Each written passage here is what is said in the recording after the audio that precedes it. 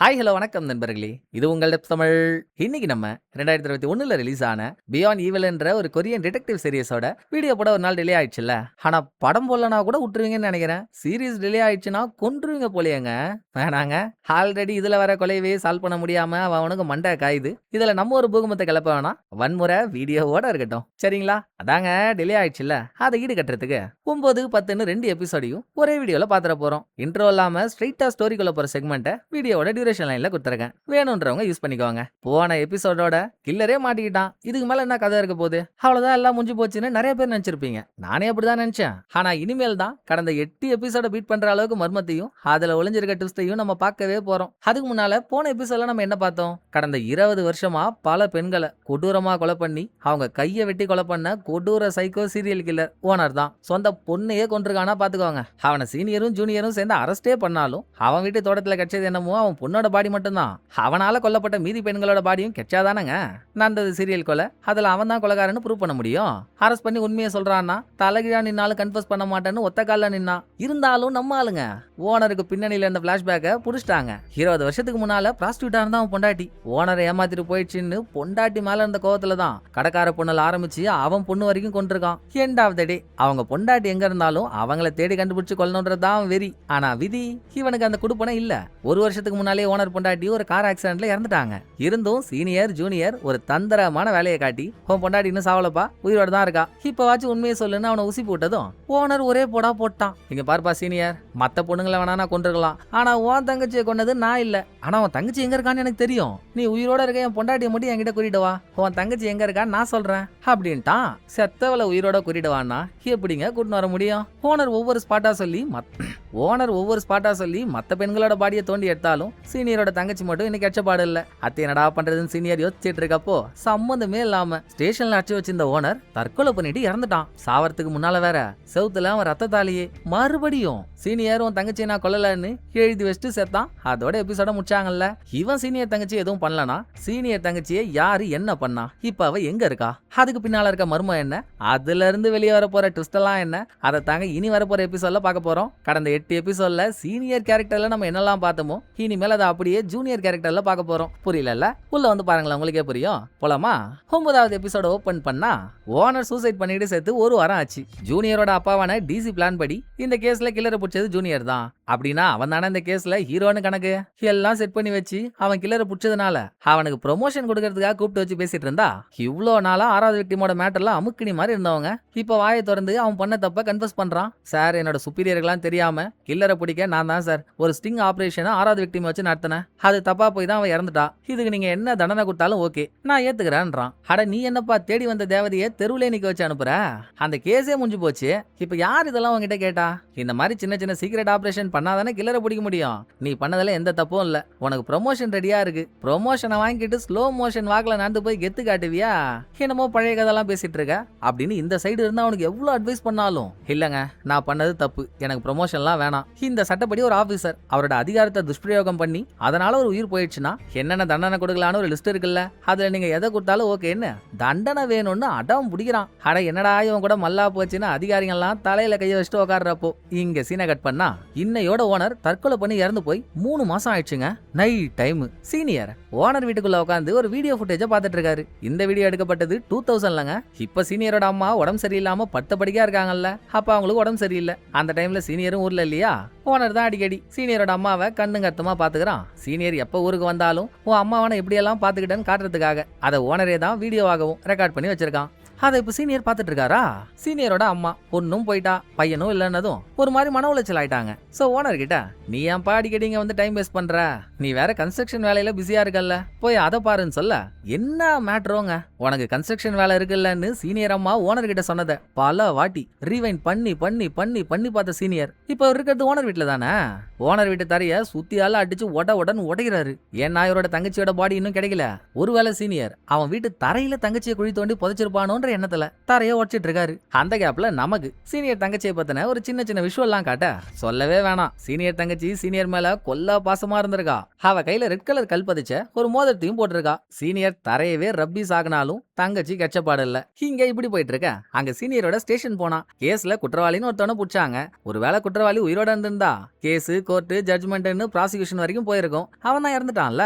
So case closed. ஆனாலும் குற்றவாளியை பிடிக்க யாரெல்லாம் காரணமா இருந்தாங்களோ எல்லாருக்கும் ப்ரமோஷன். ஜூனியரை தவிர இன்ஸ்பெக்டர்லாம் இல்ல என்னங்க பண்ணா சீனியர் அங்க போடான்னு கால் பண்ணி சொல்லி ரெஸ்டாரண்ட் போன இடத்துக்கு சும்மா போனா அதுக்கெல்லாம் அவனுக்கு ப்ரமோஷன். டீம்மேட் 1 டீம்மேட் 2ன்னு அன்னைவருக்கும் ப்ரமோஷனோ ப்ரமோஷன் தான். இது இல்லாம இந்த ஸ்டேஷன்ல வேலை செஞ்சுட்டு இருந்த ஜூனியர் கடந்த 3 மாசமா லீவ்ல போனவன் தான். எங்க போனா இப்ப என்ன பண்றானே தெரியல. அத பத்தி டீம்மேட் 1 டீம்மேட் 2 இவங்க 2 பேரும் பேசிட்டு இருக்காங்க. அதை காட்டிட்டு பேட்ரோலுக்காக போயிட்டு இருக்க சீனியர் கான்ஸ்டபிள் கிட்ட வந்தா. கடந்த 3 மாசமா ஜூனியர் மட்டும் இல்ல ரெஸ்டாரண்ட் பொண்ணுன்னு ஒருத்தி இருந்தால அவளையுமே காணோம். போனும் சுவிட்ச் ஆஃப். சொல்லாம கொள்ளாம எங்கேயோ போயிட்டா. ஏங்க என்ன இருந்தாலும் அவன் நம்ம ஃப்ரெண்ட் இல்ல. 3 மாசமா ஆளை காணோம். பூசான்ல தான் இருக்கான்ற மாதிரி தகவல் வந்திருக்கு. தேடாம நீங்க உங்க பாட்டுக்கு அமைதியா இருக்கீங்க. வாங்க ஒரு 8 போய் அவங்க இருக்காளான்னு பாத்துட்டு வந்துருவோம் அப்படின்னு கான்ஸ்டபிள் சீனியர்ட்ட சொன்னா சீனியர் துளி கூட கவலைப்படல. அந்த ஆள் ஜாலியா பாட்டு பாடிக்கிட்டே காரை ஓட்டிட்டு இருக்கான். அப்போ ரெஸ்டாரண்ட் பொண்ணோட கடவாசல்ல ஏகப்பட்ட சரக்கு பாட்டில். அவளே ஊர்ல இல்ல. அப்புறம் எப்படி அவ கடவாசல்ல இவ்வளவு பாட்டில் இருக்கும்? சந்தேகப்பட்டு கதவு திறந்துட்டு உள்ள போனா நம்ம ஃபர்ஸ்ட் எபிசோட்ல பார்த்தோங்க. சில லம்பாடி லேடிஸ் கும்பலா சேர்ந்து இல்லீகலா கேம்பிளிங் விளையாண்டுட்டு இருந்திருப்பாங்க. சீனியர் வம்படியா அவங்களை அரெஸ்ட் பண்ணி ஸ்டேஷன் கொண்டு வந்திருப்பாரு. அதே குரூப் இன்னும் திருந்தல. ரெஸ்டாரண்ட் பொண்ணோட கடையில உட்காந்து திருட்டு சூது விளையாண்டுட்டு இருக்குங்க. அதுவும் ஏகபோகமான பணத்தோட. போன வாட்டி விடாத சீனியர் இந்த வாட்டி விட்டுருவாரா? போன வாட்டியாச்சும் பரவாயில்ல அசிஸ்டன்ட் இன்ஸ்பெக்டர். இந்த தடவை சீனியர் இன்ஸ்பெக்டரா ப்ரமோஷன் ஆயிட்டாப்புல. தோக்கா தூக்கின்னு ஸ்டேஷன் வந்துட்டாரு. அதுக்கான பஞ்சாயத்து ஓடிட்டு இருக்கப்போ லேடிஸ் கேம்பிளிங்ல பணம்லாம் வச்சு விளையாண்டாங்கல்ல. அது கொரியன் பணம் இல்ல ஜாப்பனீஸ் பணம். எப்படி உங்களுக்கு ஜாப்பனீஸ் பணம் கிடைச்சது? யார் இந்த பணத்தை கொடுத்தது? அத சீனியர் கேட்கிற டைமிங்ல ஸ்டேஷனுக்குள்ள ஒரு ஆள் என்ட்ரி. பார்த்தா ஜூனியர். இதே மாதிரி தானங்க அப்பவும் லேடிஸ் எல்லாம் விசாரிச்சுட்டு இருக்கப்போ ஸ்டேஷன் வந்திருப்பான். என்னங்கடா ஃபர்ஸ்ட் எபிசோட தேஜாவை மாதிரி ஓட்டி காட்டுறீங்க அப்படின்னு நம்ம நினைச்சாலும் பட் ஜூனியர் கிட்ட ஒரு சின்ன வித்தியாசம் இருக்கு.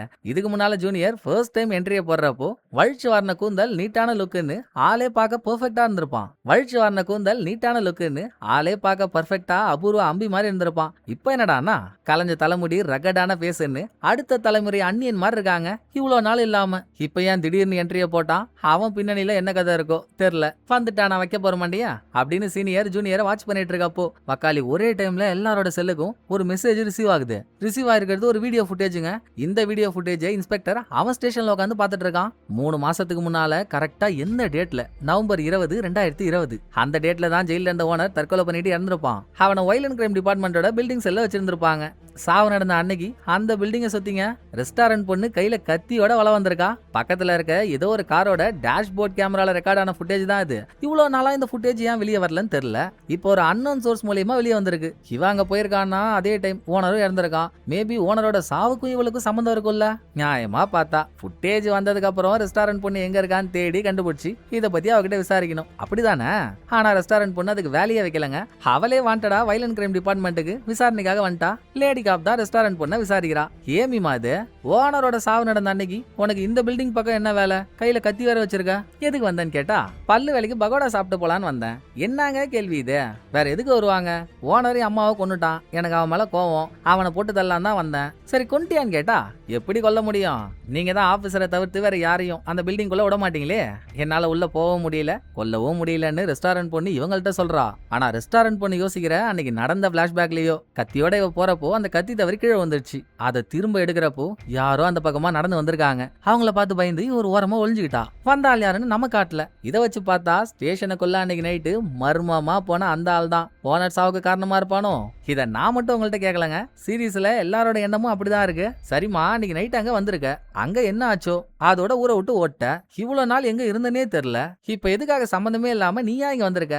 அதை சொல்லுன்னு கேட்கும்போது ரெஸ்டாரண்ட் பொண்ணு தானா வரல. அவளை வர வச்சிருக்காங்க. அவ செல்லுக்கு யாரோ இந்த டேஷ்போர்ட் கேமராவோட வீடியோ ஃபுட்டேஜ் அனுப்பி ஒழுங்கா நீயா ஸ்டேஷன் போய் நடந்த உண்மையை சொல்ல இந்த வீடியோ வெளியே விட்டு உன்னை நாரடிக்க வேண்டியதா இருக்குன்னு யாரோ பிளாக்மெயில் பண்ணி அனுப்பின மெசேஜை பார்த்து பயந்து போய் தான் ரெஸ்டாரண்ட் பொண்ணு வந்திருக்கா. அது யாருன்றது கேள்விக்குறியா இருக்கா. அப்படியே இங்க சீனை கட் பண்ணிட்டு ஜூனியர்ட்ட போனா. ஜூனியரும் டிசியும் உட்காந்து சாப்பிட்டுட்டு இருக்காங்க. ஜூனியர் இதுக்கு முன்னால நம்ம பார்த்த மாதிரி எல்லாம் இல்லங்க, ஆளே கம்ப்ளீட்டா மாறிட்டான். நடை, உடை, பாவனை, பேச்சு எல்லாம் மாறி போச்சு. எப்பவும் டிசி கிட்ட எப்படி பயந்து பம்மி பதுங்கி பேசுவான், இப்ப பேச்சு ஒண்ணு நக்கலாவே தான் வருது. அதே டைம் ப்ராசிக்யூட்டர் அங்க வரானா. ரெஸ்டாரண்ட் பொண்ணை பத்தி வந்த டேஷ்போர்ட் கேமரா ஃபுட்டேஜ் எல்லாம் அவன் டிசிட்ட காட்ட. அதுதான் ஜூனியருக்கு ஏற்கனவே தெரியுமே. இவன் ஸ்டேஷன்ல இருக்கும்போதே தானே அந்த நியூஸ் வந்துருச்சு. எந்த ரியாக்ஷனும் காட்டாம, சரி தகப்பா என்னோட நீ ப்ராசிக்யூட்டரை தானே சொந்த பையன் மாதிரி பாத்துக்கிற, அவன் கூட சாப்பிட்டு கிளம்பு. அப்புறம் உனக்கு கமிஷனரா ப்ரமோஷன் வேணும்னா நீ வேலை செஞ்சு மேல வர வழியை பாரு.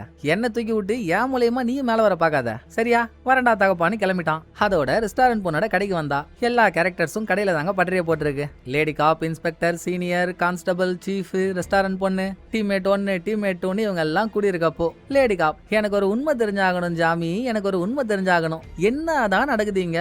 டேய் சீனியர் இன்ஸ்பெக்டர், நீங்க 2 பேரும் சேர்ந்து ஏதோ ஒரு தில்லாலங்கடி வேலை காட்டுறீங்க தானே? கடந்த 3 மாசமா உங்க 2 பேரோட நடவடிக்கையும் சரியில்லை. தனித்தனியா போய் 2 பேரும் என்னமோ பண்ணிட்டு இருக்கீங்க. கரெக்டா ஓனரோட சாவு நடந்த அன்னைக்கு ரெஸ்டாரண்ட் பொண்ணு ஓனர் வச்சிருந்த அந்த பில்டிங் வெளியே வந்திருக்கா. அந்த மேட்டர் உங்க 2 பேருக்கும் தெரியும் தானே? இதுக்கப்புறம் ரெஸ்டாரண்ட் பொண்ணு 3 மாசமா காணா போயிட்டா. அவளை தேடுறதுக்கான முயற்சியை நீங்க 2 பேரும் எடுக்கவே இல்ல. அப்படின்னா அவ எங்க இருக்கான்னு உங்களுக்கு தெரிஞ்சிருக்கு. இவ்வளவு ஏண்டா? ஓனர் தான் கில்லர்னு ஏற்கனவே உங்க 3 பேருக்கும் தெரியும்ல. அதை என்கிட்ட கூட சொல்லாம நீங்க தனியா செயல்பட்டு கில்லரை பிடிச்சிருக்கீங்கல்ல. இன்னொரு முக்கியமான விஷயம், செல்லுல ஓனர் தற்கொலை பண்ணிக்கிட்டான்ல, அதுலயும் ஒரு சந்தேகம் இருக்கு. மீன் பிடிக்கிறதுக்காக தூண்டில்ல கட்டுவாங்கல்லங்க வலை, அந்த வலையால தான் ஓனர் தூக்கு மாட்டி இறந்திருக்கான். செல்லுல அவனுக்கு அந்த வலை போனது எப்படி? யாரோ அவன் செல்லுக்கு போய் அதை கொடுத்துருந்தாதானே நடக்கும். எப்பா சீனியர், எனக்கு ஓ மேல் தான்ப்பா சந்தேகமா இருக்கு. நீ தான் அன்னைக்கு உள்ள போய் ஓனர் கிட்ட அந்த வலையை குத்தியா அப்படின்னு லேடி காப் அவ சந்தேகத்தெல்லாம் கேக்குறான். ரெஸ்டாரண்ட் பொண்ணும் சொல்றா, அம்மா நான் அன்னைக்கு நைட் அங்க போனது யாருக்குமே தெரியாதுமா. அதுக்கப்புறம் 3 மாசம் நான் எங்க போனேன்னு கூட யாருக்கிட்டையும் சொல்லவும் இல்ல, தெரியவும் தெரியாது. நீ ஏன் வெஸ்டா சந்தேகப்பட்டு இருக்கான்னு. கூடவே நல்லா ஓடுற தண்ணியில மிதக்க விட்டு ஆடுற பொம்மை மாதிரியே இருக்கான்ல இன்ஸ்பெக்டர், அவனும் சீனியருக்கு ஆதரவா வரைஞ்சு கட்டிட்டு பேசுறான். சீஃபும் அப்படிதான் பேசுறாரு. லேடி காப் எதையுமே கேட்காம இருக்காளா? ஆமாம்மா, எனக்கு ஓனரை கொல்லணும்னு ஆசைதான். அவனே அவன் உயிரை எடுத்துக்க போறான்னு தெரிஞ்சிருந்தா ஏன்டா நீ அவ்வளவு கஷ்டப்படுற? நானே உன்னை கொல்றேன்டான்னு கொண்டு இருப்பேன். பட் எனக்கு அந்த வாய்ப்பு கிடைக்காம போயிடுச்சுமா. அத சீனியர் சொல்லி அடுத்து சீனியர், இன்ஸ்பெக்டர், லேடி காப் 3 பேரும் ஓனரோட வீட்டுக்கு வராங்க. இந்த எபிசோட்லயே சீனியர் 2000ல ரெக்கார்ட் பண்ணப்பட்ட ஒரு வீடியோ ஃபுட்டேஜ் ஓனர் வீட்டுல உட்காந்து பாத்துட்டு இருக்கிறத நம்ம பார்த்தோம்ல, அதே ஃபுட்டேஜ அவங்க 2 பேர்ட்ட காட்டுறாரு. ஓ, இந்த வீடியோல உன்னோட அம்மா ஓனர் கிட்ட அவன் சார்ந்து ஏதோ ஒரு கன்ஸ்ட்ரக்ஷன் நடக்குதுன்னு சொன்னதுனால தான் எங்க அவன் வீட்டு தரையில உன் தங்கச்சியை புதைச்சிருப்பான்னு வீட்டையே பொழந்து வச்சிருக்கியா? ஆனா ஓனருக்கும் உனக்கும் அப்படி என்ன லிங்கோ தெரியலடா. சாகறதுக்கு முன்னால எழுதி வச்சிருக்க உயில நீ பாத்தியா? பாத்துருப்ப. நான் போனதுக்கு அப்புறம் என்னோட சொத்து மொத்தமும் சீனியருக்கும் என் பொண்ணுக்கும் சரி பாதியா பொண்ணுன்னு எழுதி வச்சிருக்கான். அவ்வளவு பாசமாடா ஓனருக்கு உன் மேல. சொத்தை பாதியா பிரிச்சுக்க பொண்ணு இல்லைன்னதும் இந்த வீடு உட்பட அவனோட எல்லா சொத்தும் உனக்கு வந்துடுச்சு. உன் ப்ராப்பர்ட்டின்னதும் வீட்டை உடைக்கிறதுக்கும் வாட்டமா போயிடுச்சுல்ல அப்படின்னு லேடி காப் சொல்லிட்டு இருக்கா. அதெல்லாம் சரிதாம்மா, ஆனா இன்னமும் எனக்கு புரியாத ஒண்ணுன்னா, ஓனர் சாகறதுக்கு முன்னால கூட செவுத்துல அவன் ரத்தத்தால ஏன் தங்கச்சியை அவன் கொலை பண்ணலன்னு ஏன் எழுதுனா? விசாரணை அப்ப கூட அவன் என்ன தனியா கூப்பிட்டு சத்தியமா சொல்றேன்டா உன் தங்கச்சியை நான் கொல்லல, ஆனா உன் தங்கச்சியை உன்கிட்ட திரும்ப கொடுத்துட்றேன் அப்படின்லாம் சொன்னா. அவன் சொல்றத நம்ப முடியலனாலும் இப்ப எனக்கு வேற வழி தெரியலையே, எங்கதான் இருக்கா என் தங்கச்சி அப்படின்னு சீனியர் மண்டைய போட்டு உருட்டுறாரு. லேடி காப் தான் இந்த வீடியோ புதுசா பாக்குறா. இன்ஸ்பெக்டர்லாம் இந்த வீடியோவை ஏற்கனவே பார்த்துட்டான். சோ வீட்டுல தங்கச்சியோட பாடி இல்லைன்னதும் ஓனர் சம்பந்தப்பட்டு வேற எங்கேயாவது அவனுக்கு கன்ஸ்ட்ரக்ஷன் வேலை நடந்துச்சா அப்படின்லாம் செக்கும் பண்ணிருக்காங்க. ஆனா 20 வருஷமா எந்த இடத்துலயும் எதுவும் நடந்த மாதிரி இல்ல. அத இன்ஸ்பெக்டர் சொல்றப்பதான் திடீர்னு லேடி காப்புக்கு ஒரு மேட்டர் ஸ்பார்க் ஆகுது. டே இன்ஸ்பெக்டர், நம்ம ஸ்கூல் படிக்கிறப்போ அப்பதானே அவங்க அம்மா பாலிடிக்ஸ்ல என்ட்ரி ஆகி ஒரு எலெக்ஷன்ல ஜெயிச்சாங்க. நம்ம ஸ்கூலோட கட்டமைப்பெல்லாம் பாத்துக்கிறதுக்கு அவங்க ஓனரை தானே அப்பாயிண்ட் பண்ணாங்க அப்படின்னு பழைய விஷயத்த நோன்றா. கரெக்ட் தாமா, ஆனா அது 2000ல இல்லையே, 1998ல. சீனியர் தங்கச்சி காணா போனது 2000ல தானே. இந்த டைம்லலாம் ஓனரோட இடத்துக்கு எங்க அம்மா வேற ஆளை போட்டாங்க. ஆனாலும் அதுக்கப்புறமும் என் வீட்டுல சின்ன வேலைனாலும் ஓனர் தான் வேலைக்கார மாதிரி வேலை வாங்கிட்டு இருப்பாங்க. எனக்கு தெரிஞ்சு 2000ல என்னோட வீட்டுல ஒரு பாடியை மறைக்கணும்னா அதுக்கு ஒரு சவுறு கட்டணும், இல்ல பெரிய கன்ஸ்ட்ரக்ஷன் வேலை பார்க்கணும்ல.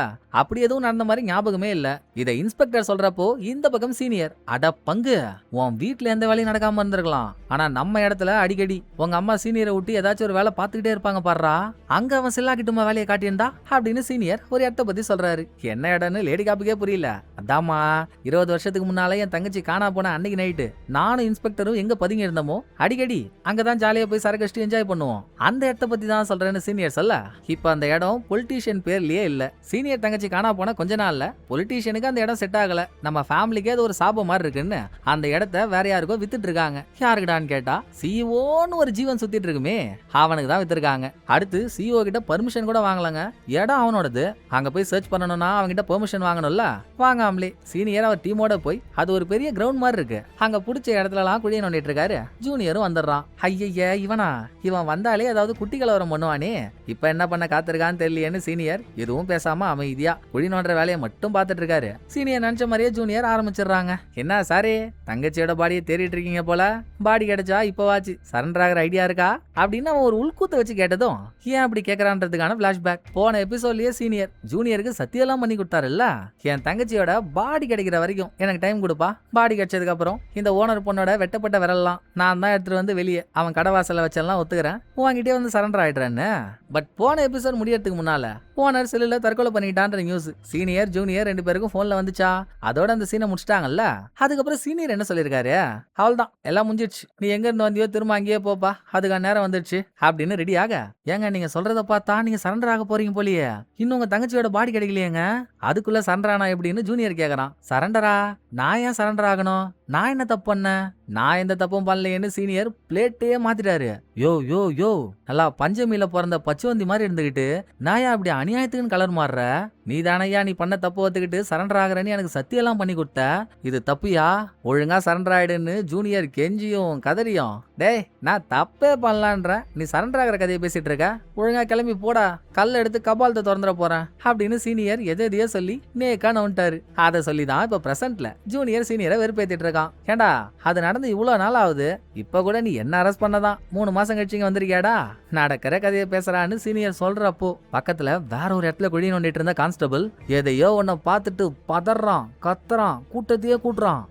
வேகமா சீனியர் போய் என்ன ஏது நோண்டி பார்த்தா அங்க ஒரு பாடி கிடைக்குதுங்க. அதுவும் 10 விரலும் பாதியா வெட்டப்பட்ட நிலைமையில எலும்பு கூடா. இது என்னடா எதிர்பாராத ட்விஸ்டா இருக்குன்னு நம்மளே மறந்துட்டோமா. பாடி கிடைச்சிருக்கிறது யாரோட இடத்துல, சிஓட இடத்துல தானே. அடுத்து லேடி காப் அவனை ஸ்டேஷன் வர வச்சு விசாரிக்கிறா. என்னதான் லேடி காப் சிஓட எக்ஸ் ஒய்ஃபா இருந்தாலும் அவனுக்கு இவ்வளவு ஆவாதுங்க.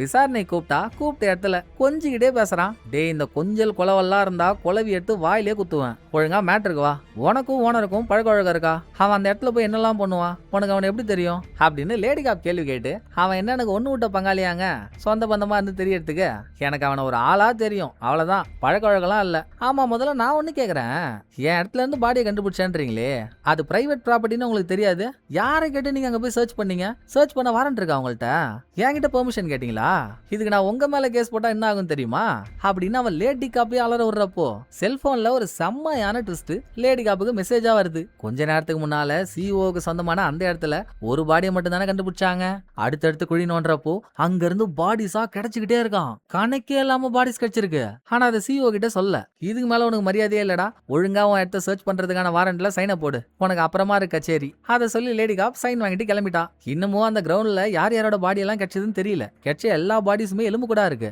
ஆனா அதுல ஒண்ணு நம்ம தங்கச்சியோட தான் இருந்துராதா அப்படின்னு சீனியர் ஏக்கத்துல நின்னுட்டு இருக்காரு. ஒரு ஃபாரன்சிக் லேடியும் கிடைச்ச பாடியோட பல்லெல்லாம் ரஃபா செக் பண்ணிட்டு சீனியர்ட்ட வராங்க. சொல்லுங்க வாய்ப்பு இருக்கான்னு கண் பார்வையிலே சீனியர் அதை கேள்வியா கேட்க, சொல்றதுக்கு எனக்கு வருத்தமா தாங்க இருக்கு, ஆனா என்ன பண்றது, கிடைச்சிருக்க எல்லா பாடிஸுமே 30ல இருந்து 40 வயசு மதிக்கத்தக்க பாடி, 20 வயசு மதிக்கத்தக்க பொண்ணோட பாடி இங்க இல்லங்க. நான் இப்ப சும்மா ரஃபா தானே செக் பண்ணேன், எதுக்கும் லேபுக்கு எடுத்துட்டு போய் அங்க தெளிவா செக் பண்ணி சொல்றேன், அது வரைக்கும் நீங்க எதையும் போட்டு மனசை குழப்பிக்காதீங்க, ஃப்ரீயா இருங்கன்னு இவங்க ஆறுதல் சொல்ல, கரெக்ட் தான் செக் பண்ணவங்களுக்கு டைம் எடுக்கும்ல, நான் வெயிட் பண்றேன், எனக்கு ஒரே டயர்டா இருக்கு, நீங்க பாருங்க நான் கிளம்புறேன்னு சொன்ன சீனியர் ஓனர் வீட்டுக்கு வந்தா அங்க ஆல்ரெடி ஜூனியர் 2000ல ரெக்கார்ட் பண்ணப்பட்ட வீடியோலாம் உட்காந்து பாத்துட்டு இருக்கான். நீ என்னப்பா திறந்த வீட்டுக்குள்ள ஏதோ ஒண்ணு நுழைஞ்ச மாதிரி நுழைஞ்சு வந்திருக்க, இப்படிதான் நான் என் வீட்டுல இருக்கும் போதும் என் வீட்டு பேஸ்மெண்ட்டுக்குள்ள சொல்லாம வந்து நிப்ப, இங்கேயுமா அப்படின்னு சீனியர் கேக்குறாரா. என்னங்க பண்றது, பழக்கம் ஆயி போச்சு. ஆனா உங்களுக்கு குரு ஊரே பிச்சுக்கிட்டு கொடுத்துருக்காரு போல. ஓனர் அவனோட இல்ல, அவன் போனதுக்கு அப்புறம் சொத்து எல்லாம் உங்களுக்கும் அவன் பொண்ணுக்கும் சரிபாதியா போகணும்னு எழுதி வச்சிருக்கான். பொண்ணும் போயிட்டா, சொத்து உங்களுக்கு வந்து ஓனர் வீட்டையே. அடிச்சு பொழந்திருக்கீங்க. எதுக்கு? உங்க தங்கச்சியை தேடியா அப்படின்னு ஜூனியர் கரெக்டா கேக்குறான். ஆனா நீங்க ஒரு கருத்து காரா செய்வதாங்க. என்ன ஃபர்ஸ்ட் டைம் பார்த்ததுல இருந்து எப்படியாவது உங்க தங்கச்சி பாடியை கண்டுபிடிக்கணும், அதுக்கு நான் உங்க கூட இருந்தா யூஸ்ஃபுல்லா இருக்கும்னு நீங்க ஒரு சீனை கிரியேட் பண்ணி அதுல எவ்வளோ அழகா என்னையும் கூட சேர்த்துக்கிட்டீங்க. அதாவது ஜூனியர் 6வது விக்டிமுக்கு கொடுத்த போனை சீனியர் ஓனர் வீட்டு தோட்டத்துல இருந்து கண்டுபிடிச்சாரா? இவர் தானங்க மலைக்கு மேல போய் அந்த போனையே தூக்கி போட்டாரு. போன் கிடைச்சதுக்கு அப்புறம் தானே கேஸுக்குள்ள ஜூனியரும் ஒரு கல்பிரிட் மாதிரி மாட்டிக்கிட்டான் சந்தேக வலையில.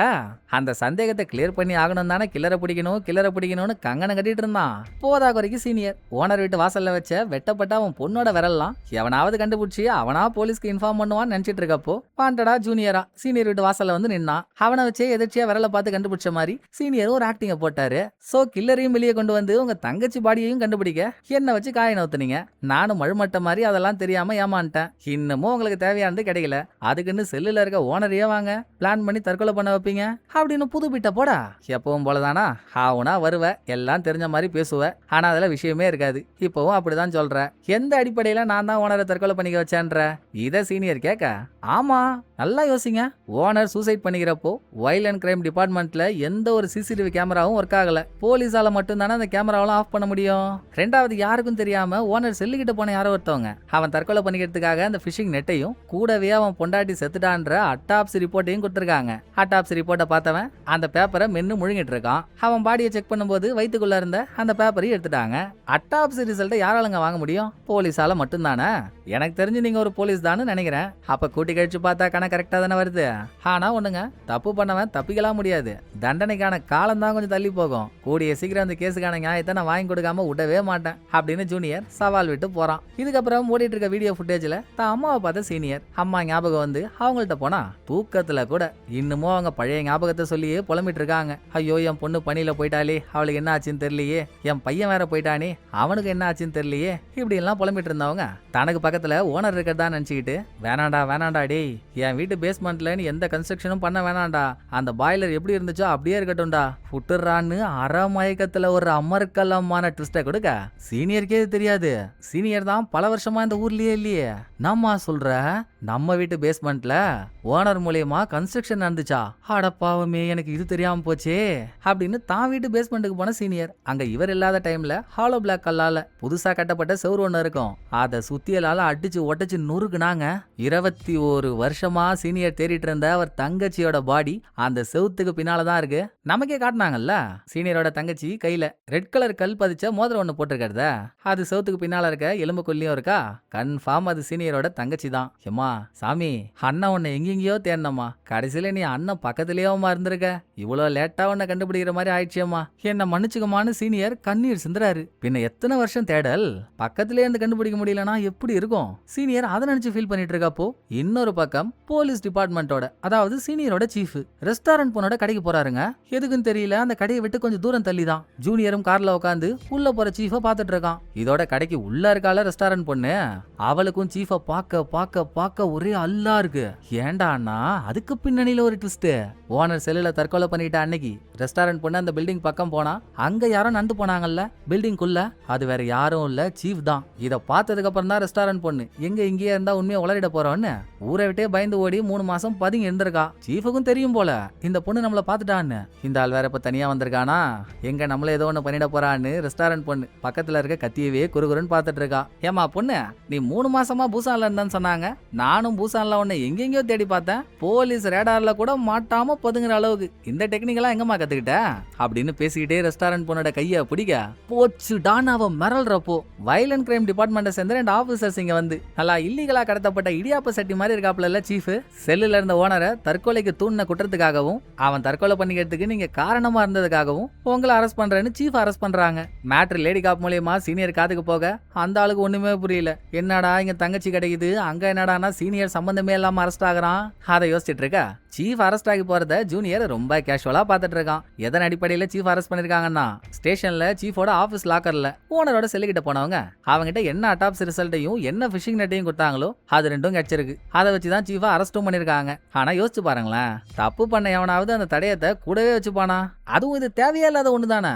அட்டாப்ஸ் ரிசல்ட்டையும் ஃபிஷிங் நெட்டையும் வச்சு சீஃப் என்ன பண்ண போறாரு? சோ எங்கேயோ இடிக்குதேன்னு நம்ம யோசிச்சா நம்மளும் ஒரு டிடெக்டிவ் தாங்க, நம்ம யோசிச்சது கரெக்ட் தான். அந்த 2 ஐட்டத்தையும் சீஃபா லாக்கர்ல வைக்கல, சீஃபை மாட்டி விட வேற யாரோ வச்சிருக்காங்க. யாருன்னு மாறன் முகத்தை காட்டினா ஜூனியர். இவன் என்னடா திட்டுக்கொட்டு வேலைலாம் பாக்குறான் அப்படின்னு மெர்சல் ஆகும்போதே இந்த எபிசோட் முடியுதுங்க. எப்பவும் போல உங்களை வெயிட் பண்ண வைக்காம டைரக்டா அடுத்த எபிசோடுகளை போயிடுவாங்களா? வாங்க 10வது எபிசோட ஓபன் பண்ணா டிசம்பர் 2020. ஓனர் செத்தது நவம்பரா. அடுத்த கொஞ்ச நாள் கழிச்சு அந்த ஊர்ல இருக்க பிடிக்காம ஜூனியர் லீவ் போட்டு பூசான் வந்துட்டான். இங்க இருந்து கொஞ்சமாச்சும் மனசை நிம்மதியாக்கலாமே நினைக்கிறதுக்குள்ள ப்ராசிக்யூட்டர் ஜூனியரை தேடி இங்கேயே வந்துட்டான். ஏன்டா ஆளே துருப்பிடிச்ச தும்பி மாதிரி ஆயிட்ட? நீ மட்டும் தான் இங்க வந்திருக்கன்னு நினைச்சா? நீ ஒரு நாள் என்கிட்ட ஒரு பொண்ணோட பேக்ரவுண்ட் செக் பண்ண சொன்னல, ரெஸ்டாரண்ட் பொண்ணு, அவளும் இங்க பூசான்ல தான் இருக்கிறதா சொன்னாங்க. நீங்க 2 பேரும் இங்க வந்து ஒன்னா காதல் பண்ணிட்டு இருப்பீங்க நினைச்சு நான் வந்தா நீ தனியால இருக்க.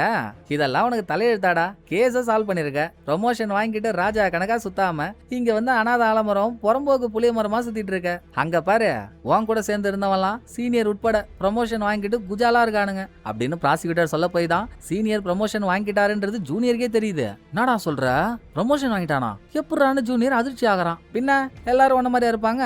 அவன் காரியக்காரன், அழகா ஒன்ன வச்சே எல்லாம் பண்ணி அவன் பேர் வாங்கிட்டான். நீ என்ன இருக்கிய புத்தி இல்லாத தத்தி அப்படின்னு ப்ராசிக்யூட்டர் சொல்லதான் ஜூனியருக்கு வெறி ஆகுது. கூடவே செல்லுல ஓனர் தற்கொலை பண்ணிட்டதுல டிபார்ட்மெண்ட்ல இருக்க கேமராலாம் ஆஃப் ஆச்சு. ஓனருக்கு யாரும் ஃபிஷிங் நெட்டை கொடுத்துருக்காங்க.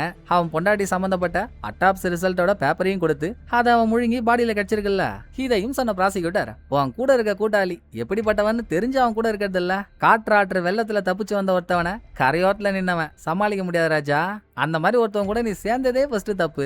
என்ன நீ பொண்ணு மேலும் மேலும் ஜூனியரை காண்டி ஏத்துனதும் கரெக்ட் தான்.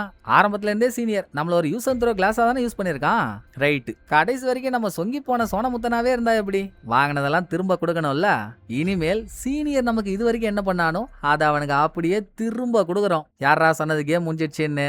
நான் எப்போ ஓவர்னு சொல்றேனோ அப்பதான் கேம் முடியும் அப்படின்னு மனசை திடமாக்கிட்டு அங்க இருந்து கிளம்புன ஜூனியர். இதே பூசான்ல தானே இவ்வளவு இருக்கா ரெஸ்டாரண்ட் பொண்ணு. அவ சில பார்ட்டிஸோட சேர்ந்து மீன் வெட்டுற வேலையை ஜாலியா பாத்துட்டு இருக்கா. இடத்த கண்டுபிடிச்சு அங்க போய் ஜூனியர் நிக்கிறான். ரெஸ்டாரண்ட் பொண்ணு முன்னாலாம் இல்ல, தூரத்துல இருந்து அவளை வாட்ச் பண்ணிட்டு இருக்கான். அதே இடத்துக்கு ரெஸ்டாரண்ட் பொண்ணை தேடி சீஃபும் வந்துட்டாருங்க. பட் கூட இருந்த பார்ட்டிஸ் எல்லாம் ரெஸ்டாரண்ட் பொண்ணை போட்டு இல்ல. இந்த பொண்ணை நாங்க இங்க பார்க்கவே இல்லையேன்னு தான் சொல்றாங்க. என்னம்மா நீங்க இவளை பார்க்கவே இல்லைன்றீங்க, ஆனா அவ போன் சிக்னலை ட்ராக் பண்ணா இந்த லொகேஷன் தான் காட்டுது. போலீஸ்மா நானு போய் சொல்றீங்களா அப்படின்னு தாம் தூம்னாலும் பாட்டிங்க கடைசி வரைக்கும் ரெஸ்டாரண்ட் பொண்ணை தெரியவே இல்லைன்ட்டாங்க. இவளும் சீஃபை பார்த்துட்டு செல்லெல்லாம் ஆஃப் பண்ணிட்டு ஓடி போய் ஒளிஞ்சுக்கிட்டா. ரெஸ்டாரண்ட் பொண்ணை தேடி சீஃப் வந்திருக்காருனாலே ஏதோ ஒரு உள்குத்து இருக்குன்னு அர்த்தம். அதுக்கப்புறம் ஜூனியருங்க ப்ராசிக்யூட்டர் கிட்டயா இல்ல யார்கிட்ட கேட்டு இந்த வீடியோ ஃபுட்டேஜை வாங்கினான்னு தெரியல.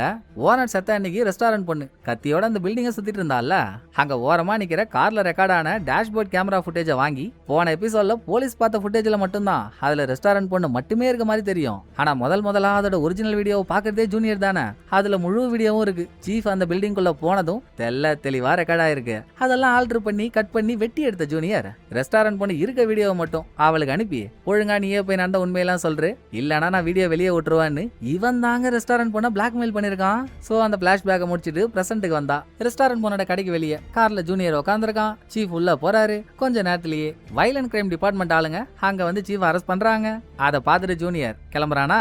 இன்வெஸ்டிகேஷன் ரூம்ல உட்காந்துருந்த சீஃப் இந்த டிபார்ட்மெண்ட் ஆளுங்கள்ட்ட வாயவே திறக்கிற மாதிரி இல்ல. சொல்ல போனா இவனுங்க யாருக்கும் சீஃப் கிட்ட கேள்வி கேட்கற தைரியமே இல்ல. ஏன்னா சீஃப் சில வருஷம் இந்த டிபார்ட்மெண்ட்டுக்கே தலைமையா இருந்தவர். அப்படிப்பட்டவர்கிட்ட எவன் போய் கேள்வி கேட்பான்? சார் அவரை பேச வைக்கணும்னா ஒன்னு லேடிக்கா வரணும், இல்ல சீனியர் வந்தாதான் சார் ஆச்சு, இல்லனா அவர் பேச மாட்டாருன்னு இங்க இருக்கவங்க எல்லாம் சொல்லிட்டு இருக்காங்க. இன்னொரு பக்கம் சீனியர் வீட்டு பேஸ்மெண்ட்ல தங்கச்சியோட பாடி கிடைச்சது இல்ல, ஆல்ரெடி லேடிக்கா அங்கதான் இருக்கா. இப்ப இன்ஸ்பெக்டரும் அங்க வராங்க. வர இன்ஸ்பெக்டரோட மூஞ்சில முழுக்க குழப்பம், பயம், பதட்டம் எல்லாம் கலந்த ஒரு எக்ஸ்பிரஷன். எதையோ பெணாத்திக்கிட்டே அவன் பாட்டுக்கு பாடிக்கிட்ட போறான். டேய் நீ எங்கடா அவுத்து விட்ட கால மாதிரி போய்கிட்டே இருக்க, நில்றா அப்படின்னு லேடி காப் கூப்பிட்டதுக்கு அப்புறம் தான் அவன் நிதானத்துக்கே வரான். சாரிமா, ரொம்ப நாள் தேடினது கிடைச்சிருச்சு இல்ல, அதான் கொஞ்சம் ஷிவரிங் ஆயிட்டேன். ஆமா சீனியர் எங்க தேடினாலும் காணோன்னு இன்ஸ்பெக்டர் கேக்குறான். சீனியர் ஸ்ட்ரைட்டா சீஃப் இடத்துக்கே போயிட்டாருங்க. எப்படியும் சீஃபுக்கு சீனியரோட தங்கச்சி பாடி கிடைச்சது தெரிஞ்சிருக்க வாய்ப்பு இல்ல. உள்ள போனதும் சீனியர் முதல் வார்த்தையா அதை சொல்ல, அப்படியா ரொம்ப சந்தோஷம்ப்பா, எவ்வளவு நாள் தேடிட்டு இருந்த. சரி பாடி கிடைச்சிருக்குன்னா நீ அங்கதானே இருக்கணும், இங்கேயே வந்து டைம் வேஸ்ட் பண்றேன்னு சீஃப் ஃபீலிங்ஸ போடுறாரு. ஆமா இப்ப கூட இருந்தா மட்டும் என் தங்கச்சி உயிரோட வந்துட போறா, அதை விடுங்க, நீங்க ஏன் இங்க உட்காந்துருக்கீங்க? ஓனர் செத்த அன்னைக்கு வயலண்ட் கிரைம் டிபார்ட்மெண்ட்டுக்குள்ள நீங்க வந்தீங்களா அப்படின்னு சீனியர் கேட்டு சீஃப் இல்லன்ட்டாரு. ஓனர் சூசைட் பண்ணிக்கிறதுக்கு நீங்க காரணமா இருந்தீங்களா? அதை கேட்டா அதுக்கும் இல்லன்ற பதில். உங்க லாக்கர்ல இந்த 2 ஐட்டம்ஸையும் நீங்க வச்சீங்களான்னு கேக்குற கடைசி கேள்விக்கும் சேம் இல்லன்ற பதில் தான். அப்புறம் என்ன, இன்வெஸ்டிகேஷன் ஓவர். சும்மா லாக்கர்ல 2 பொருள் கிடைச்சிருச்சுன்னு சொல்லலாம், அதை எவிடன்ஸா வச்சு உங்களை குற்றவாளின்னு ப்ரூவ் பண்ண முடியாது. 72 மணி நேரம் அமைதியா இருந்துட்டு வெளியே வாங்க, நம்ம வெளியே வந்ததும் பேசிக்கலாம். அப்புறம் எதுக்குதான் தேவையில்லாத விஷயத்துல எல்லாம் மாட்டிட்டு இருக்கீங்கன்னு தெரியல. நீங்க நாசமா போறதா தானே என் கண்ணாலே பார்க்கணுமாங்க. அதான் உங்களுக்கு ஆசையான சீனியர் பாசத்தை பொழிஞ்சதும், எப்பா எனக்கு ஒன்னும் ஆகாதுப்பா, நான் ஒண்ணுமே பண்ணலையே, கூடிய சீக்கிரம் இது எல்லாத்துக்கும் ஒரு முடிவு கட்டிட்டு நான் வெளியூர்ல போய் சந்தோஷமா இருக்க போறேன், அதை நீ பார்க்க தான் போற அப்படின்னு சிரிச்சுக்கிட்டே கிளம்புன்னு சொன்ன சீஃப். அப்புறம் கொஞ்சம் சீரியஸ் ஆகி, ரொம்ப சாரிப்பா, 20 வருஷத்துக்கு முன்னால உன் தங்கச்சி காணா போனதும் நான் அந்த டைம் அப்படின்னு எதையோ ஒன்று சொல்ல வராரு. சரி சாரி, எதையும் மனசுல வச்சுக்காத, கிளம்புன்ட்டாரு. அதை யோசிச்சுக்கிட்டே வெளியே வந்த சீனியர் அப்சர்வேஷன் ரூம்ல வயலண்ட் கிரைம் டிபார்ட்மெண்டோட சீஃபும் கூட இன்னொரு ஆபீசரும் இருக்காங்க. அவங்க 2 பேர்கிட்டயும் உள்ள அவர் சாரி சொல்றாரு. நடந்ததுக்கு அவர் மட்டுமா காரணம்? அந்த டைம்ல நீங்க 2 பேரும் தானே இந்த கேஸ்ல இன்வெஸ்டிகேஷன் ஆபீசரா இருந்தீங்க. சோ நடந்ததுக்கு நீங்களும் காரணம் தான், கொஞ்சம் கூட குற்ற உணர்ச்சி இல்லாம இருக்கீங்க அப்படின்னு அவங்க மேல பழிய போட்டு ரெஸ்டாரண்ட் பொண்ணோட கடையில மீட்டிங்க போடுறாங்க. இங்க இருக்க யாருமேங்க ஓனரோட சாவுக்கு சீஃப் தான் காரணமா இருப்பாருன்னு நம்பல. அதோட இன்னமும் ரெஸ்டாரண்ட் பொண்ணு ஓனர் செத்த அன்னைக்கு இவ பில்டிங் கிட்ட போனா அங்க சீஃப் உள்ள போனாரு இல்ல, அங்க இவ பார்த்த விஷயத்த இன்னும் யாருக்கிட்டையும் சொல்லல. சரி நம்ம மேட்டருக்கு வருவோம். ஓனரோட சாவுக்கு சீஃப் எந்த விதத்திலயும் காரணம் இல்லன்றப்போ ஸ்டேஷன்ல அவரோட ஆபீஸ் லாக்கர்ல அந்த 2 பொருள் எப்படி வந்துச்சு? ஸ்டேஷன்ல வேலை செய்யற வேற ஏதோ ஒரு போலீஸ் தானே ஆபீஸ் ரூமுக்குள்ள போய் லாக்கர்ல அதை வச்சிருக்கணும். ஆபீஸ் ரூமுக்குள்ள எந்த கேமராவும் இல்ல, ஆனா என்ட்ரன்ஸ்ல ஒரு கேமரா இருக்கு. சீஃப் கிட்ட கேட்டாச்சுங்க, 4 நாளைக்கு முன்னாலதான் அவர் கடைசியா அவர் லாக்கரை செக் பண்ணிருக்காரு. அப்ப இந்த 2 ஐட்டம்ஸும் உள்ள இல்ல. சோ அடுத்த 4 நாள் கேப்ல யாரெல்லாம் உள்ள போனாங்களோ அதுல ஒரு ஆள் தான் 2 ஐட்டம்ஸையும் வச்சவங்களா இருப்பாங்க. இந்த என்ட்ரன்ஸ் கேமரா ஃபுட்டேஜ் செக் பண்ணா 1 2 அங்க வேலை செய்யற எல்லாரும் உள்ள போயிட்டு வெளியே வந்திருக்காங்க. இதுல யார் மேலன்னு சந்தேகப்படுறது? பட் ஒன்னு கன்ஃபார்ம், யார் இந்த 2 ஐட்டம்ஸையும் வச்சிருந்தாலும் ஓனர் சாவுல சீஃபை மாட்டி விடணும்ன்றது தான் அவங்க எண்ணம். ஆனா என்னதான் அவங்க இந்த 2 ஐட்டம்ஸையும் வச்சாலும் இது ஒரு எவிடன்ஸாவே கணக்குல வராது. என் ரூமுக்கு 4 பேர் வராங்க போறாங்க, லாக்கர்ல அது எப்படி வந்துச்சுன்னே எனக்கு தெரியாதுன்னு சீஃப் சொல்லிட்டா மொத்தமும் முடிஞ்சிடும். 2 ஐட்டம்ஸை வச்சவங்களுக்கு கூட இது ஒரு எவிடன்ஸா கணக்குல வராதுன்னு கண்டிப்பா தெரிஞ்சிருக்கும். இருந்தும் எதுக்காக வச்சாங்க? அதை எல்லாரும் கேக்குறப்பதான் சீனியருக்கு ஸ்ட்ரைக் ஆகுது. பலே வெள்ளைய தேவா, இதே மாதிரி தானே நம்மளும் ஓனர் வீட்ல இருந்து வெட்டப்பட்ட அவன் பொண்ணோட விரல யாருக்கும் தெரியாம வெளியே எடுத்துட்டு வந்து ஓனர் மாற்றானோ இல்லையோ ஃபர்ஸ்ட் விஷயத்தை வெளியே கொண்டு வருவோம், விஷயத்தை பெருசாக்குவோம், அப்புறம் அதுல லூப் போல தேடுவோம்னு விரல வெளியே வச்சோம். இதே டெக்னிக்கை இன்னொருத்தவன் ஃபாலோ பண்றான்னா கொக்கா அம்மாக்கா நல்லா தேஞ்சு போன தெர்மோமீட்டர் மாதிரியே இருப்பானே ஜூனியர், அவனை தவிர வேற யாரும் இந்த வேலையை பாத்துருக்க மாட்டாங்கன்னு பாயிண்ட கேட்ச் பண்ணிட்டாரு. ஆபீஸோட என்ட்ரன்ஸ் வீடியோ ஃபுட்டேஜ்ல 4 நாள் கேப்ல ஜூனியர் ஆபீஸ் ரூமுக்குள்ள போனானான்னு பார்த்தா போயிருக்கான். போறதுக்கு முன்னால கேமராவை பார்த்து எப்படியும் சீனியர் இந்த கேமராவை பாப்பாருன்னு ஆல்ரெடி தெரிஞ்ச மாதிரி ஒரு நம்மட்டு சிரிப்பு சிரிச்சும் இருக்காங்க. தெரிஞ்சதை கேட்காம இருக்க முடியுமா? கேட்கறதுக்கு சீனியர் நேரா ஜூனியரோட பிளாட்டுக்கே போயிட்டாரு. எதுக்குடா இந்த மாதிரி பண்ணன்னு உடனே பாயிண்ட்டுக்கு வந்ததும், இது என்னங்க கதையா இருக்கு, அந்த ரூமுக்குள்ள நான் மட்டுமா போறேன், அது என்ன குறிப்பா நான் தான் அதை வச்சிருப்பேன்னு கேக்குறீங்க, நான் தான் அதை வச்சேன்றதுக்கு உங்கள்ட்ட ஆதாரம் இருக்கா அப்படின்னு இதுக்கு முன்னால எப்பெல்லாம் ஜூனியர் சீனியரை லாக் பண்ணி கேள்வியா கேக்குறானோ அப்ப சீனியர் எப்படி எல்லாம் அதை சமாளிப்பாரோ, ஒரு வார்த்தை கூட மாறாம அதே ஸ்டைல சமாளிச்சிட்டு இருக்கான். அன்னைக்கு என்னமோ என்ன உதாசனப்படுத்துனீங்க, என்னப்பா இதை ஒரு பெரிய ட்ரம் காரணி எடுத்துட்டு வந்து என்ன பிடிக்க போறேன்னு நினைச்சா சப்ப மேட்டர் எடுத்துட்டு வந்திருக்கான்னு இப்ப நீங்க மட்டும் என்னங்க பண்றீங்க? இங்க பாருங்க, நான் தெளிவா சொல்லிடுறேன், நான் சீஃபோட ஆபீஸ்ல எந்த விதமான ஐட்டம்ஸையும் வைக்கல வைக்கல வைக்கல அப்படின்னு ஜூனியர் அடிச்சு சொல்லிட்டு இருக்க. சரி ஏதோ ஒண்ணு பண்ண பிளான் போட்ட, நீ பண்றத பண்ணு, ஆல் தி பெஸ்ட்னு சொல்லிட்டு சீனியர் கிளம்புனா அதே தாங்க நான் உங்கள்கிட்ட சொல்றேன், இங்க நல்லா பண்ண வேண்டியது நான் இல்ல நீங்க தான். சில பல எபிசோடுக்கு முன்னால நீங்க என்கிட்ட சொன்னீங்கல்ல, ஒத்துமையில எங்க ஊர்காரனுங்களை அடிச்சுக்க முடியாது, எங்களுக்குள்ள வேணும்னா நாங்க சண்டை போட்டுப்போம், ஆனா வெளியே இருந்து ஒரு எனிமி வந்துட்டானா ஃபர்ஸ்ட் அவனை ஒழிச்சு கட்டுறதா எங்க முத வேலைன்னு, அப்படி உங்க ஊர்காரங்க உங்களை ஒழிச்சு கட்டாம பாத்துக்கோங்க இப்படின்னு சீனியரை உசிப்பு விட கேக்குற நமக்கே புரியல. சீனியருக்கு எப்படிங்க புரியும்? நான் அந்த ஊர்காரன் தானே, என்னையா அந்த ஊர்காரங்களே முச்சு விட போறாங்க? அதை நினைச்சு சீனியர் மண்டைய சொல்லிடுறாரு. நல்லா யோசிச்சு பாருங்க, நீங்க அந்த ஊரா, நீங்க அந்த ஊர்ல பிறந்திருக்கலாம், ஆனா இப்ப வரைக்கும் அங்கேயே இருந்தீங்க. உங்க தங்கச்சி கேஸுக்கு அப்புறம் அங்க இருந்து போயிட்டு திரும்ப 2018 தாங்க அந்த ஊருக்கே வந்தீங்க. இன்னமும் அந்த ஊர்காரங்களாம் உங்களை ஒரு குற்றவாளி தானே நினைச்சிட்டு இருக்காங்க, பழச மறக்காம. அப்புறம் எப்படி நீங்க அந்த ஊர்காரன் ஆவீங்க? இதையும் சேர்த்து நானே சொல்றேனே, ஓனர் செத்த அன்னைக்கு அந்த பில்டிங் கிட்ட ரெஸ்டாரண்ட் பொண்ணு வந்தா, அங்க அவ என்ன பார்த்தாலும் அதோட 3 மாசம் காணா போயிட்டா. நான் அங்க போனேன், அங்க என்ன பார்த்தேன்னு உங்கள்கிட்ட சொன்னாலா? இப்ப அவளை பிளாக்மெயில் பண்ற மாதிரி ஒரு வீடியோ வந்திருக்குன்னதும் தானா வந்திருக்கா, ஒரே ஆளா இருந்தா தானே சொல்லுவா.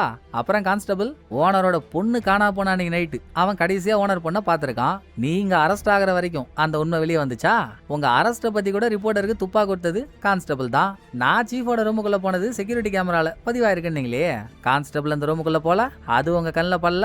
ரெஸ்டாரண்ட் பொண்ணு, chief, lady cop, inspector, teammate 1, teammate 2, constable இவங்கெல்லாம் சேர்ந்து உங்ககிட்ட எதையோ ஒன்ன மறைக்கிற மாதிரி உங்களுக்கு தோணல அப்படின்னு முழுக்க முழுக்க இதுக்கு முன்னால சீனியர் இவனுக்கு என்னெல்லாம் பண்ணாரோ அதை அப்படியே சவுத்துல அடிச்ச பந்து மாதிரி திரும்ப சீனியர் கொடுக்குறாங்க. புரியுதுப்பா, எனக்கு நல்லா புரியுது, எல்லாரையும் நீ எனக்கு ஆப்போசிட்டா திரும்ப பாக்குற, அது நடக்காது ராஜா அப்படின்னு சீனியர் வெளியே சொன்னாலும் உள்ள யோசிக்க யோசிக்க சீனியருக்கு சந்தேகமா தான் இருக்கு. கொஞ்ச நேரத்துக்கு முன்னால கூட ஸ்டேஷன்ல சீஃப் சொன்னார்ல, கூடிய சீக்கிரம் எல்லாத்தையும் பத்தி ஒரு முடிவு கொண்டு வரேன்னு எதங்க முடிவு கொண்டு வர போறாரு? மொத்தத்துல ஜூனியர் சீனியரோட மண்டைய கழுவி வெளியே அனுப்புறான். பட் அவன் பேசினதுல இருந்து சீனியர் கொண்டு புரிஞ்சு போச்சுங்க. ரெஸ்டாரண்ட் பொண்ண பிளாக்மெயில் பண்ணதுனால தான் வெளியே வந்தான்னு சொன்னான்ல, ஏன் அதை இவன் பண்ணிருக்க கூடாது? சோ ரீஜனல் இன்வெஸ்டிகேஷன் யூனிட்ல வேலை செய்யற தான் ஃப்ரெண்டு கால் பண்ண சீனியர், நான் ஒரு ஐபி அட்ரஸ் அனுப்புறேன், அந்த ஐபி அட்ரஸ்ல இருந்து தான் ரெஸ்டாரண்ட் பொண்ணோட செல்லுக்கு பிளாக்மெயில் பண்ற மாதிரி மெயில் வந்திருக்கும், அந்த ஐபி அட்ரஸோட லொகேஷனை மட்டும் ட்ரேஸ் பண்ணி சொல்ல அப்படின்னு ஐபி அட்ரஸ் அவனுக்கு அனுப்பி விட, இந்த பக்கம் இன்ஸ்பெக்டர் கிட்ட வந்தாங்க. இந்த 6ஆம் அறிவு அனகோண்டா நமக்கு ஒரு ட்விஸ்ட கொடுக்குறான்.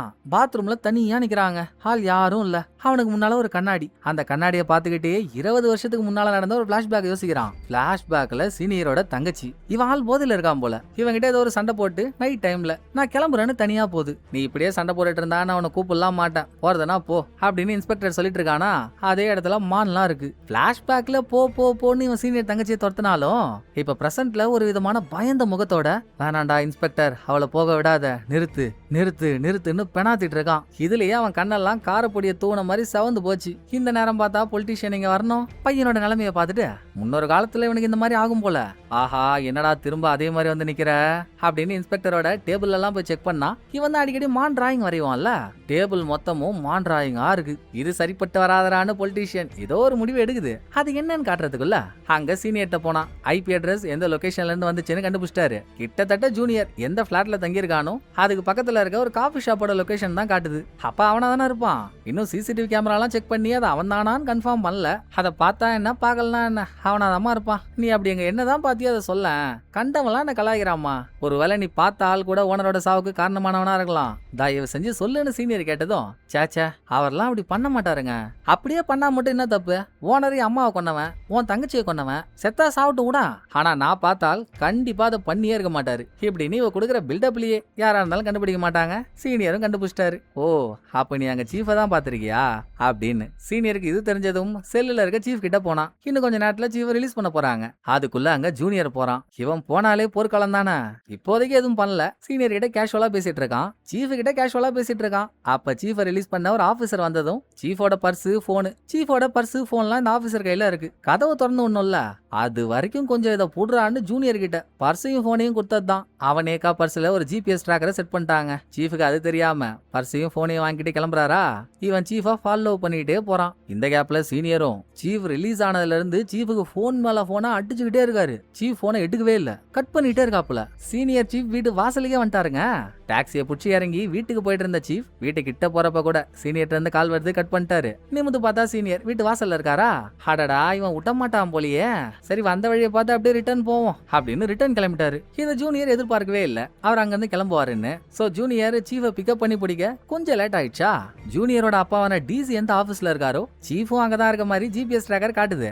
ஆபீஸ்க்கு போன ஜூனியர் சீஃபை பாக்குறானோ இல்லையோங்க, எதாச்சியா அங்க டீம்மேட் 1ம் டீம்மேட் 2ம் அவங்க ஃப்ரெண்டை பாக்குறதுக்காக வந்திருக்காங்க. அவங்க ஜூனியரை வழிமறிச்சு பேசிட்டு இருக்கும் போதே டிசி இங்க வர, என்னைக்கு இல்லாத திருநாளா இன்னைக்குதான் பையன்கிட்ட தனியா பேசி ஆகணும்னு அடம் புடிக்கிறாரு. சொப்பா அவசரம் தெரியாம இந்த ஆள் வேற சாவடிப்பான்டா, என்னப்பா அவன் பிரச்சனை, சீக்கிரம் சொல்லுப்பான்னு ஜூனியரும் கொஞ்சம் டைம் ஒதுக்குனா, அந்த ஆளு அன்புள்ள அப்பா அப்பா அந்த பாட்டை பாடிட்டு இருக்காருங்க. கிட்டத்தட்ட அந்த மாதிரிதான் அப்பா பாசத்தை பொழியிற மாதிரி பேசிட்டு இருக்காரு. அப்பா அப்பா ஒரு நிமிஷம் இரு, என்ன அது புதுசா, எனக்கு 8 வயசா இருக்கும் போதே என்ன இங்கிலாந்துக்கு படிக்க ஆரம்பிச்ச, அதோட நான் சில வருஷத்துக்கு முன்னால் தான் இங்க வந்தேன். இந்த இடைப்பட்ட கேப்ல என்ன பாக்குறதுக்கு என்னைக்காவது அங்க வந்திருக்கா, இப்ப என்னமோ அப்பா நோப்பான்னு பொங்கிட்டு வர, போப்பா வேலையை பாருப்பா, எனக்கு முக்கியமான வேலை இருக்கு, நான் கிளம்புறேன்னு இவன் காரை விட்டு வெளியே வந்துட்டான். இன்னொரு பக்கம் பொலிட்டீஷியன் சிஇஓ அவங்களுக்குள்ள ஒரு மீட்டிங். பொலிட்டீஷியன் அதோட பையன் நிலைமையை பார்த்ததும் இன்ஸ்பெக்டர் எப்பெல்லாம் இந்த மாதிரி பைத்தியகாரத்தனமா ஆவறானோ அப்பெல்லாம் அவனுக்கு இல்லீகலா ஏதோ ஒரு போதை மாத்திரையை கொடுத்து சரி பண்ணும் போலங்க. இப்ப இது இருக்க நிலைமைக்கு போதை மாத்திரையெல்லாம் தேடி வாங்கி பேர் கெட்டு போக வாய்ப்பு உண்டுல்ல. சோ சிஇஓ கிட்ட அந்த மாத்திரையை வாங்கி கொடுக்க சொல்லுது. அவன் தான் வில்லாதி வில்லனாச்சே, ஏன் இதுக்குன்னு கண்டுபிடிக்காமலா இருப்பான். நம்ம திரும்பவும் பையனுக்கா முன்ன மாதிரி அவனுக்கு பொண்ணுங்க வாய்ஸ் எல்லாம் கேட்க ஆரம்பிச்சிருச்சா. நானும் என் பிசினஸ் முடிக்க உனக்கு எல்லா விதமான ஹெல்ப்பும் தான் பண்றேன், உங்க வேலைலாம் நடக்குது, என் வேலை தான் நடக்கிற மாதிரி தெரியல, எப்படியும் கேட்டா உன் பையனுக்கு இல்லைன்னு தான் சொல்லுவேன், மாத்திரை தானே நான் ஏற்பாடு பண்ணி கொடுக்குறான்ட்டான். இதுக்கப்புறம் தாங்க சீனியர் வீட்டு பேஸ்மெண்ட்ல கிடைச்சது இல்ல சீனியர் தங்கச்சியோட பாடி, அதை அட்டாப்சி பண்றப்போ ஒரு பூதாகரமான ட்விஸ்ட் வெளியே வருது. ஓனர் சீரியல் கில்லரா, பல பெண்களை கொண்டிருக்கானா, அவன் எப்படி பொண்ணுங்கள்லாம் கொல்லுவான், கழுத்தை நெரிச்சுதானே. ஆனா சீனியர் தங்கச்சியோட சாவு அப்படி நடக்கல, அவ உடம்புல தலையை தலையில ஆரம்பிச்சு கால் வரைக்கும் உடம்புல இருக்க எல்லா எலும்பும் கண்ட மேனிக்கு நொறுங்கி செதஞ்சு போயிருக்கு. இந்த மாதிரி சாவலாம் ஒரு ஆளை படுக்க போட்டு காரை ஒரு வாட்டி 2 வாட்டி எல்லாம் இல்ல, பல வாட்டி விட்டு ஏத்தனா எலும்பெல்லாம் எப்படி நொறுங்கி சாவாங்களோ அந்த மாதிரிதான் இருக்கு. அத ஸ்டேஷன்லயும் கண்டுபிடிக்கிறாங்க. சீனியருக்கும் அந்த மேட்டர் தெரியுது.